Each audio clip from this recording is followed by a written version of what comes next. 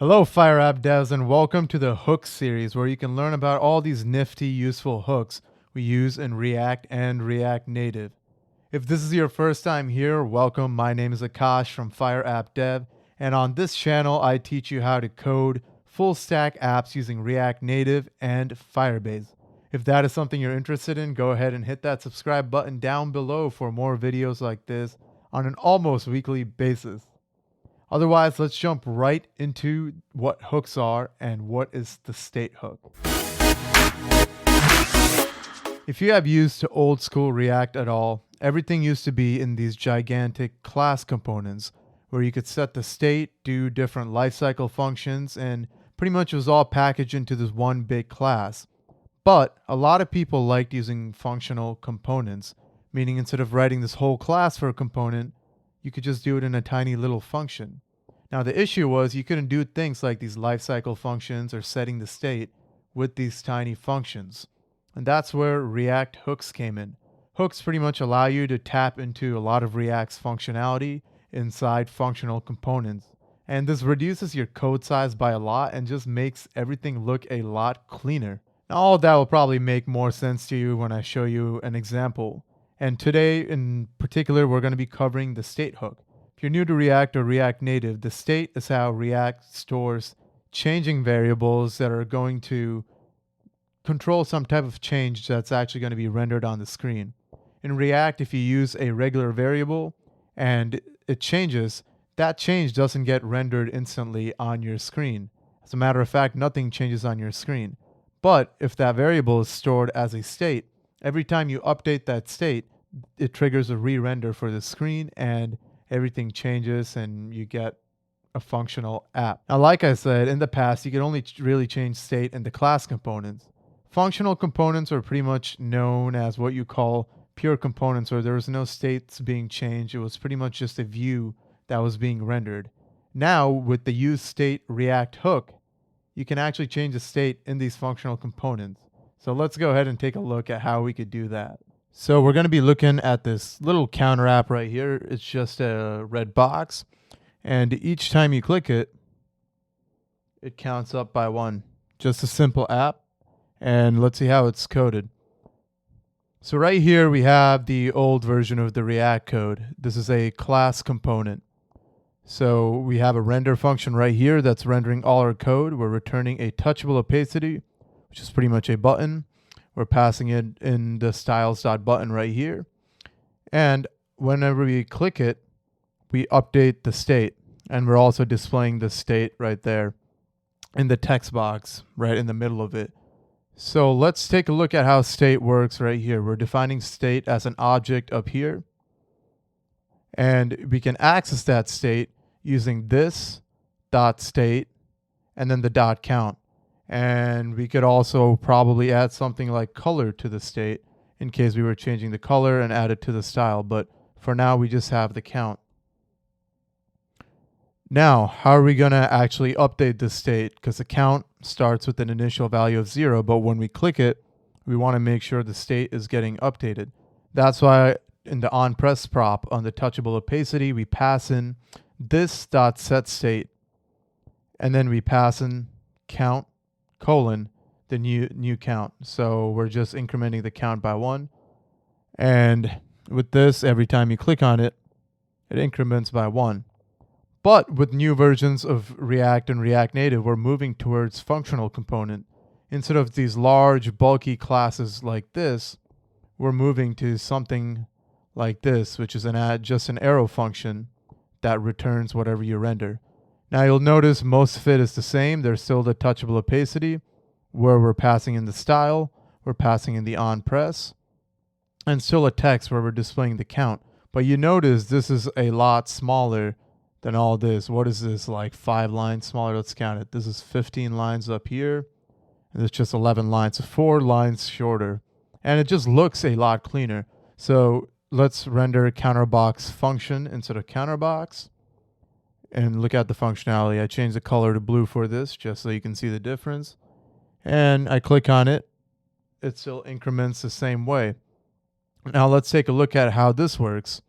Here, since it's a functional component, we're able to use the use state hook. Remember, we can only use hooks inside functional components. You can't use it in regular functions. You cannot use it in classes. Only inside functional components. So we're defining useState as const, and in using JavaScript list destructuring notation, we're getting count and setCount. And right here, we use the useState hook with an initial value of 0. Let's update the initial value to 10 and refresh it. You notice we start with 10 now. I'm going to set that back to 0. And then to use the count, you don't need to use this.state or anything. You can just straight up use the count variable. And also to set count, you just use the set count as it is up here. Set count. And you can name these right here whatever you want. Instead of count, I can name this counter. And instead of set count, I can call it set counter. Go ahead, save that. And it's still, oh, whoops, I didn't update it right here. Set counter. There you go. Also need to update it right here. Save that. Okay, right here. You got to update it everywhere. But you notice the function works the same. It doesn't really matter what you name it right here. I could even do set blah. And let me update it right here to set blah. Save that. And I press it, and it all still works the same. So let me first reset all the naming to count. All right. So let's see how this actual list destructuring itself works. So this right here is the same as doing this. Getting a variable like count state. And then we type in const count equals count state 0. Because this is literally returning a list with 2 items. And cost set count equals count state 1. Let me go ahead and save that. And then I click, you see it still counts up the same. So this useState 0 right here is literally passing out something like this. A list with the variable and then an arrow function that's setting the variable. So set variable. That's all it is. Oh, one more thing before I go. Say there's another part to the state right here. This is the class component again. I'll just add a random text C. And right here, we'll do something like this. Text over here. Notice the C sticks around. It's C 0, 1, 2, 3, 4, 5. The C sticks around. When I update the count right here, it kind of merges this state in with that state right there. So it only updates the count without updating the text itself. Now, something to watch out for when we use the useState hook is that, let me do a similar thing right here. Text right there. And say right here we have, we pass in an object like this, count colon 1, 0, and text colon C.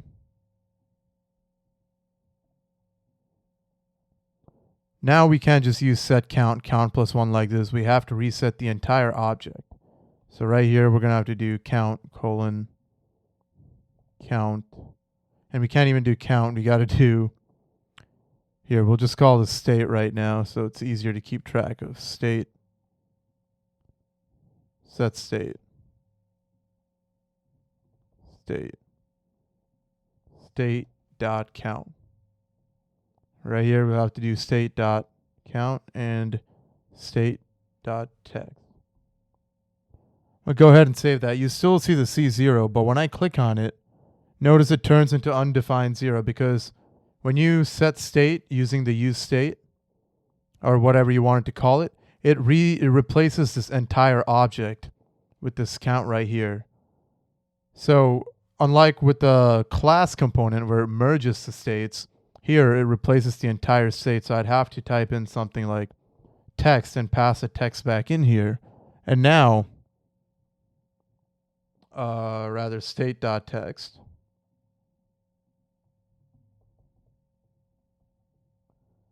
There you go. Let me say that. And now if I click on it,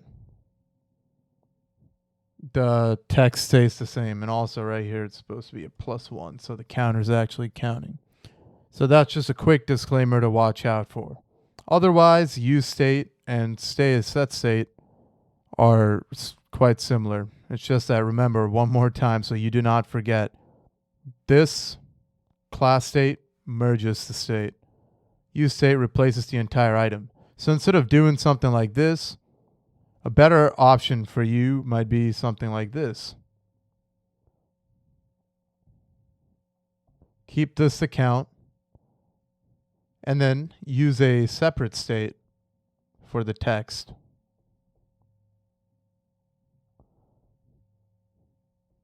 Just so it's easier to keep track of, and you can keep the count, and the text, like this. Set count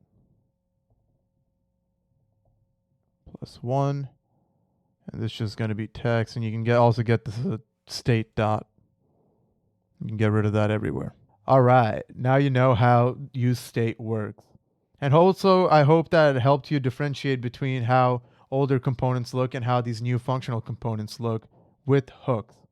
Now, keep staying tuned for the series and hit that notification bell, because next week I'm going to be releasing the video explaining everything about the use effect hook and how all of that used.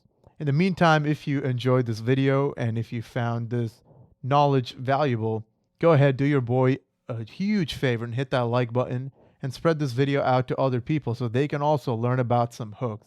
And stay tuned for next week's use effect hook video. See you later.